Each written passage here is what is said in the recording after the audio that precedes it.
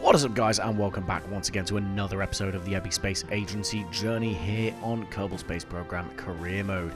We're here for episode number 29 then of the series, off the back of episode 28, which was very, very eventful. If you haven't gone and checked that out, then please do so. But we managed to arrive at Duna for the second time, as well as also explore the moon of Ike.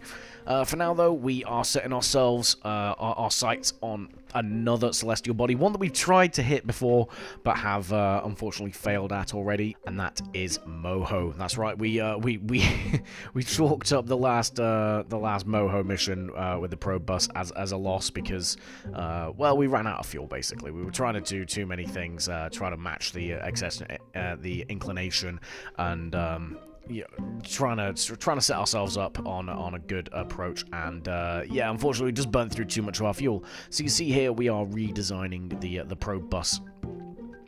So that we have enough fuel, enough Delta V to make this happen this time round. Luckily, we do have enough money to do so. We're just shy of 1 million credits at the minute. So all we do is we take the tried and tested approach of just bang some more fuel in there, right? Just if run out of fuel, why not more fuel? And yeah, we set it up. But now that it's been redesigned, we're going to take it out to the launch pad and set off.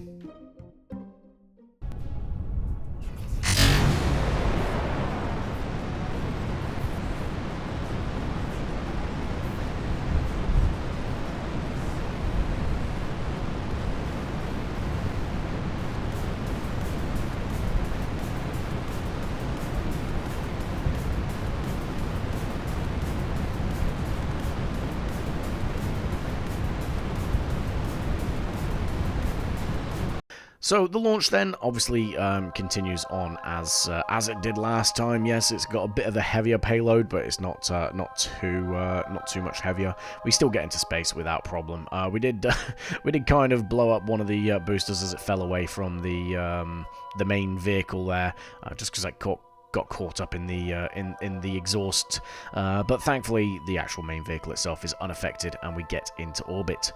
From there, it's just a quick sort of, we've done this once already, right, guys? We set ourselves up with a burn towards Moho.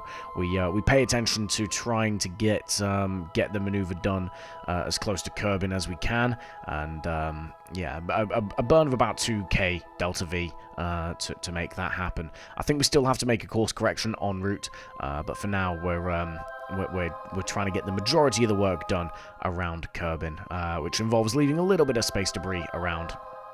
But there you go, we get ourselves set up, and well, I mean, we stage everything, but luckily, well, I say luckily, more importantly, we do actually leave ourselves with you know, with more what do you call it? More Delta V to play with, right? And we set ourselves up on a bit of a different plane change maneuver to make it as easy to capture as possible. So we kind of hit the brakes earlier on to make the capture burn as small as possible. And then, yeah, it's straight back to the Space Center, to the VAB, because we are about to design something else. Some of you might have seen at the start of the episode, we have multiple alarm clocks set at the moment, and that's because we are going to start throwing some probes out, not just to you know, Moho and the inner planets, but now we're starting to look further afield, and the two windows that are approaching at the moment are Nidon and Ullum. So we're currently in the process of designing a probe to go around those bodies. Now you see we're putting a lot of like goo containers and one-time use experiments on there, and that's purely because we also want to try and hit up the moons around them, right? We can't reset these things, so we've got to have a bit of a surplus. But yeah, the idea here is that we're building a probe that once we enter the SOI of these planets, it detaches and it can float around the area as it wishes. Relatively small probe, which is decent. So should be able to use should be able to use a fairly small launch vehicle as well. You see, we're just planning the transfer stage here. And yeah, these planets are far away from Kerbin, right? So we are having to really beef up the Delta V requirements. But yeah, I mean, obviously you see we're trying out different methods to see what is doable and what isn't, and we come up with a sort of loose concept of just using a nuclear engine with some radial tanks outside the main central tank, kind of like what we used for the Duna 1, yeah, because we're not that fussed about thrust to weight, right? Once we're in orbit, we're in orbit. We're not really at any sort of risk of catastrophic failure. We just might have to wait a little bit longer, and then from there it's just plonking it into a fairing and building a launch vehicle around it. We go for the actual Scuffer Dreams booster for the actual launch vehicle, and then a smaller sort of transfer / injection stage to utilize. And that's the probe built on here on the launch pad as we're going to launch it now. I don't know, I can't remember. You have put a lot of screenshots in that Discord, to be fair.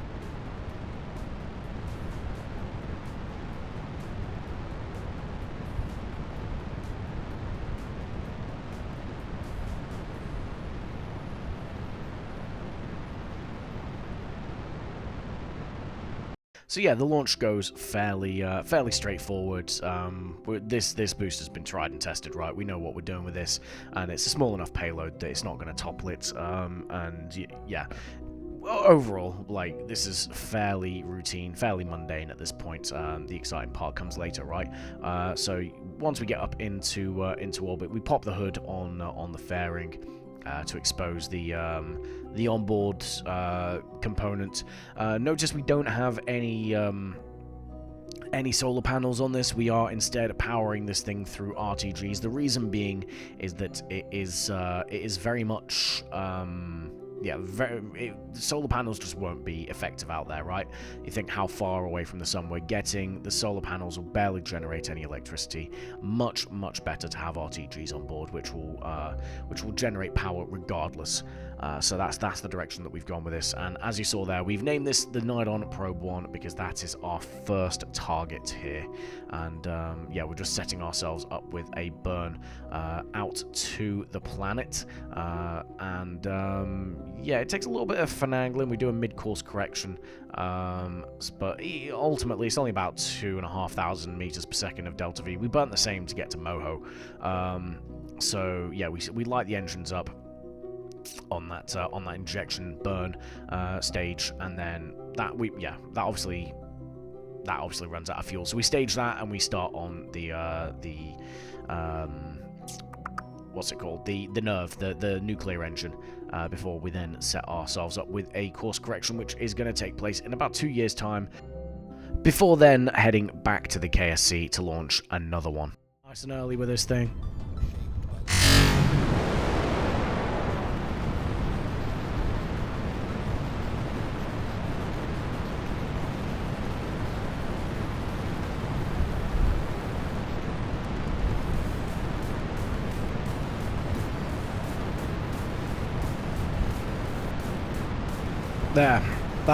And there we go. The second probe of the same type is away. It is in orbit. We took a little bit of a shallower approach onto this one. Not through any sort of operational necessity, just kind of a funsies, just to take a different approach. But yeah, we then set our sights on Ullum, which is, I think it's one in from Nidon. So hopefully this should head out there sooner and take a little bit less fuel to reach. And we actually are able to set up a maneuver a bit easier, actually. It does require a little bit more fuel, contrary to what I've just said, but it means that we basically just do one burn to get into position, and yeah, we crack that now, basically. We go ahead and enjoy one final sunset for this probe on its way out, and then continue on with the burn. And yeah, once we've done it, it's going to take about 6 years for the probe to get out there, which isn't too bad at all. And we've got our capture burn all planned and alarm clocked up for that. But now we're going to head over to the Minmus mining base, and for the first time in its roughly 4 years of use, it now requires some life support. It needs a resupply. So what we're doing now is we are now just going ahead and designing a crew transfer ship that also has the capability to transfer life support components, right? Food, water, oxygen, things like that. So you see, the plan that we're going to have for this isn't necessarily just to land nearby. Alright, we need to dock with this so that we can transfer the supplies over, and hence that's why we're using the sort of planetary base systems parts at the bottom, at the base of the craft there. From there, it is exactly the same as what we've designed our transfer ships, right? A hitchhiker module for the crew, Mark 1-2 for some of the other crew, plus the pilot and engineer, and then, yeah, from there we just basically pile on a bunch of rockets underneath just to work as the transfer stage. So there is a fair chunk of weight behind this because of the amount of life support on board. So it does require a bit of a heavier hand getting into space. Hence why we're not using the Scuffer Dreams booster for this one. But the craft is basically designed now, so we're going to go to the launch pad and watch the launch. Yes.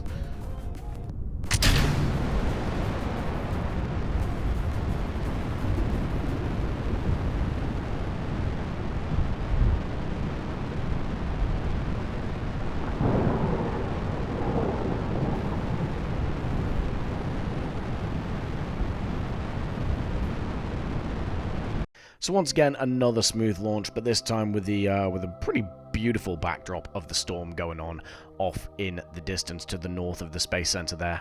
The rest of the launch fairly uneventful. We get up into space, we pop the hood and circularize before we then stage the main end. Well, we circularize first, obviously, get into orbit, and then we stage away the main lifter stage. And before long, we're on our way to Minmus and on approach. We go ahead and try and get ourselves down on the ground quite close. We pop the transfer stage there, so it crashes into the surface harmlessly, away from the base, and then set ourselves down. Nearly tip it over, because this thing is very top heavy. But yeah, we maintain the upright posture and go ahead and just dock ourselves onto the end of that ore transfer ship and begin the fairly long process of transferring all the life supports across. It took more time than I thought it was. This stuff transfers across fairly slowly, which, I mean, I guess I get, because obviously things like food you'd have to move by hand, right? You wouldn't be able to just stick it in a pipe and go, unless the Kerbals survive off soup or something for the entire duration they're there. But after that, we bring ourselves back to the tracking station, as it is now time to get eyes on the new and improved Moho Probe Bus Mark II, now with added fuel. It's just making a brief mid-course burn to try and slow the approach and make it easier to capture. And then there you go. You see, we've got it's not 39 meters per second to capture. That's just another mid-course correction we make before we start our final approach. See there, we're just getting ourselves nice and close to the surface, and then we've got a 2.7k burn around Moho to capture. But thankfully, that is below the 2.8k limit of delta V that we have left. So we are going to be successful and capture around the closest planet to the sun this time round, guys. So you see that burn start to take place now, and it's exciting times, right? It's exciting times. We are ticking off another celestial body for visiting in this career mode playthrough, that being Moho. And yeah, we successfully capture, and we don't really have too much delta V left. We have about 60 meters per second, and by the time we've done our circularization, we've got about yeah, we burn all the rest of it up to set ourselves up on this orbit. We grab a little bit more science and transmit that back to the KSC in case we get a catastrophic failure with one of the probes. We get something out of them, and then we essentially, on each pass of the probe, we detach. Well, the probe bus, we then detach a sub probe, like one of the lander probes, away from the mothership. From there, they work under their own power to deorbit themselves. and yeah, start their descent. As you see now, we see the planet slowly start to grow larger in from the horizon and in our camera sights, right? And I'm going to take you over to pass me for the first landing ever on the body of Moho, as he's quite vertical on the approach. I'm liking Moho though with the I tell you what, in terms of moons, I'm liking Ike with a scatter provided by Parallax. What? Oh, Christ. Yeah, Duna's decent. But the thing is, I like flying around, so even Kerbin's a good shout. Like, I know Medic. Oh, retard. I know Medic's favorite planet is Drez, but nah, for me, it's got to be Duna. What about you anyway, Coop? So yeah, past me, even though this was the first time we landed, was completely distracted chatting, talking to chat about what the favourite planets were and what the favourite moons and all that sort of stuff. So we kind of missed the whole thing, but it's a pretty momentous occasion for the agency, obviously landing their first probe, especially considering this is our second attempt. We failed the first time round. So, yeah, it's a big day for the Ebby Space Agency. We separate the second probe, we aim for a different biome this time round, and we repeat the process. Thankfully, once you're in orbit of Moho, the gravity is so low that it's actually quite easy to land on. We really didn't struggle at all. You see there, we actually come to a complete stop on our landing there, but we do set down nice and gently again. And, yeah, we start running the science experiments on that one and send all the data back. And before long, it's time to send the final one down to the surface. Now, with these multiple launch probe bus missions that we always send, the third one generally tends to be a little bit more challenging than the other two because, obviously, we set off from the same orbit, right? So we kind of have to either wait for the planet to rotate long enough behind us, underneath us, that we're just going to naturally land on a different biome, or we've got to search one out, which is what we did here. We did manage it though. Obviously, we're setting down in the highlands at the moment on Moho, and yeah, we have a look at the ground scatter on the way down. We see like a little magma crack sort of thing down there, which looks really cool. I like that. I like both the touch of the Parallax mod and I want to say the Breaking Ground DLC. That adds the ground scatter. All of them it just creates a nice unique look to an otherwise featureless planet, right? With these hexagonal rocks and the magma crack. But that is all three probes on the ground in Moho now, guys. So we can now tick off the Moho probes strategia mod and enjoy the rewards as a result. And another celestial body ticked off. So happy days, big days for the agency, as I've said, and that brings us to the end of this episode, guys. So yeah, again, a good episode. We'll have to see what is held in store in the future for the agency. But for now, guys, thank you for watching, and I will catch you in the next one. Goodbye.